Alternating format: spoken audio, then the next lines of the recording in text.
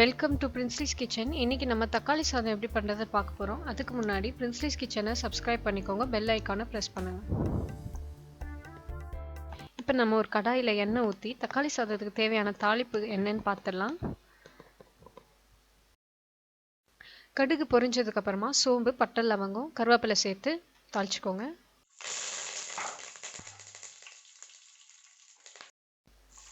இப்போ நம்ம கொஞ்சமாக சின்ன வெங்காயம் சேர்த்துக்கலாம். இது நல்ல ஒரு டேஸ்ட்டு கொடுக்கும். அப்புறமா நம்ம பெரிய வெங்காயம் கூட சேர்த்துக்க போகிறோம். வெங்காயம் கொஞ்சம் வதங்கினதுக்கப்புறமா இதில் 2 கட் பண்ண பச்சை மிளகாவை சேர்த்துக்கோங்க.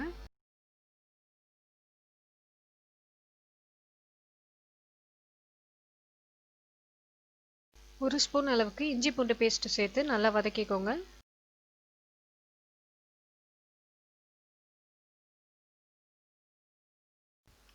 எல்லாம் நல்லா வதங்கினதுக்கு அப்புறமா 1 table spoon red chilli powder, கொஞ்சமாக மஞ்சள்தூள், தேவையான அளவு உப்பு சேர்த்து நல்லா மிக்ஸ் பண்ணி விட்டுக்கோங்க.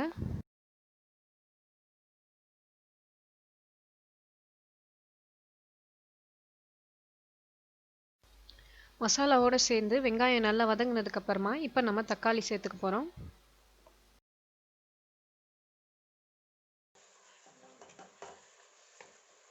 இப்போ தக்காளியும் நல்லா சேர்ந்து வதங்கினதுக்கு அப்புறமா இதில் நம்ம கொஞ்சமாக தண்ணி விட்டுக்கலாம். இது நல்லா ஒரு தொக்கு பதத்துக்கு வர வரைக்கும் நல்லா வதக்கிக்கோங்க.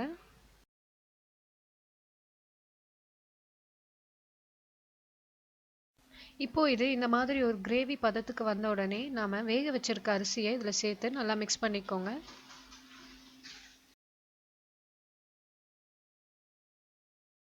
இந்த கிரேவி எல்லா ரைஸ்லையும் பிடிக்கிற மாதிரி நல்லா மிக்ஸ் பண்ணி விட்டுக்கோங்க.